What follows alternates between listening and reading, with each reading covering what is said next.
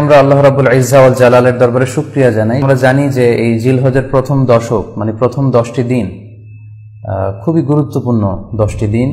আল্লাহ তাআলার কাছে খুবই পছন্দনীয় এই 10 দিনের আমলগুলো, এমনকি জিহাদের চাইতেও বেশি হাদিসে এসেছে। এবং কালামুল্লাহ মাজিদে আল কুরআন আল কারীমে আল্লাহ তাআলা এই জিলহজের প্রথম 10 দিনের শপথ করেছেন।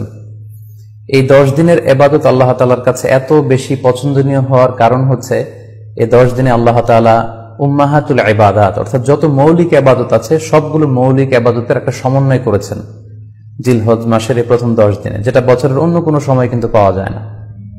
কারণ এই 10 দিনের ভেতরে সালাত আছে, নফল সিয়াম আছে, সাদাকা আছে, কুরবানি আছে, হজের প্রসঙ্গটা আছে, যেটা বছরের অন্য কখনো এরকম উম্মাহাতুল ইবাদাত অর্থাৎ যত মৌলিক ইবাদত আছে সব মৌলিক ইবাদতের কম্বিনেশন সমন্বয় বছরের কোনো সময় কিন্তু আসলে হয় না, যেটা হয়ে থাকে জিলহজ মাসের প্রথম এই 10 দিনের ভেতর। এজন্য এই 10 দিনের ইবাদত আল্লাহ তাআলার কাছে অত্যন্ত বেশি প্রিয়।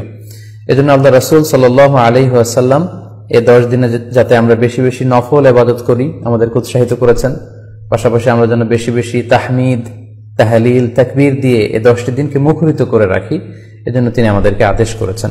এজন্য এই 10টি দিনে আমরা যেন বেশি বেশি সুবহানাল্লাহ ওয়ালহামদুলিল্লাহ লা ইলাহা ইল্লাল্লাহু আল্লাহু আকবার এই আজকারগুলো যেন আমরা বেশি বেশি পড়ি। এবং আরাফাতের সিয়ামের ব্যাপারে আল্লাহ রাসূল সাল্লাল্লাহু আলাইহি ওয়াসাল্লাম আশা করেছেন যে 9 জিলহজের যে নফল সিয়ামটি অর্থাৎ আরাফার রোজা, এই আরাফার রোজা যে ব্যক্তি রাখবে আল্লাহ রাসূল সাল্লাল্লাহু আলাইহি ওয়াসাল্লাম বলেন যে আমি প্রত্যাশা করি এই সিয়ামের বদৌলতে বিগত একটি বছরের এবং সামনের একটি বছরের যত পাপ হবে এই পাপগুলোকে আল্লাহ তাআলা আমাদের জন্য ক্ষমা করে দিবেন। এবং জিলহজের 9 তারিখ ফজর থেকে কিন্তু আমাদেরকে ওয়াজিব তাকবীর পাঠ করতে হয়। আমরা জানি সেটা শুরু হয় আরাফার দিন ফজর থেকে। 9 তারিখ ফজর থেকে শুরু করে 13 তারিখ আসর পর্যন্ত এই তাকবীরগুলো প্রত্যেক সালাতের পরে পড়া আমাদের জন্য আবশ্যক। আমরা যেন এই নফল আজকারগুলো, এই নফল তাকবীরগুলো যাতে আমরা বেশি বেশি করে দেই। এবং যারা কুরবানি করার জন্য ইচ্ছা পোষণ করেছেন তারা যেন এই 10 দিনের আগেই তাদের মাথার চুল এবং নখ কেটে পরিচ্ছন্ন হয়ে যান। এবং জিলহজের এই 10 দিনে তারা যাতে মাথার চুল না কাটে এবং হাতের নখ না কাটে, এই মর্মে আল্লাহ রাসূল সাল্লাল্লাহু আলাইহি ওয়াসাল্লাম আমাদেরকে গাইডলাইন দিয়েছেন।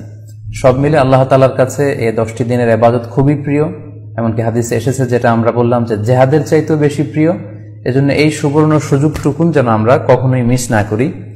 তাই আমাদের সাধ্যমতো আমরা যেন বেশি বেশি নফল ইবাদত করি। আমরা যেন সুযোগ হলে পুরো 10 দিন ব্যাপী আমরা চাইলে নফল সিয়াম রাখতে পারি, আমরা বেশি বেশি কোরআন তেলাওয়াত করতে পারি। বিশেষ করে তাহমিদ, তাহলিল এবং তাকবীর, আলহামদুলিল্লাহ লা ইলাহা ইল্লাল্লাহ আল্লাহু আকবার, এই জিকিরগুলো, এই আজকারগুলো পড়ে পড়ে যেন আমরা এই 10টি দিনকে মুখরিত রাখি। আল্লাহ তাআলা জিলহজ মাসের যে মাহাত্ম্য এবং বারাকা তিনি আমাদের জন্য দিয়েছেন, এগুলো যেন আমরা বেশি বেশি হাসিল করতে পারি। আমিন ইয়া রাব্বাল আলামিন। সম্মানিত শুধু আমি রিকোয়েস্ট করব আপনারা শেয়ার করে দিবেন, যাতে করে আপনাদের অন্যান্য ফেসবুক বন্ধুরা এই আলোচনাটি থেকে উপকৃত হতে পারে।